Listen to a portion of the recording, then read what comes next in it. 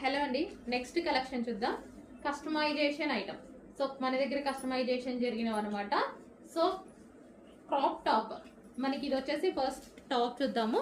So top వచ్చేసి మనకి heavy raw silk లో వచ్చేసి ప్రిన్సెస్ కట్ పెట్టించాము.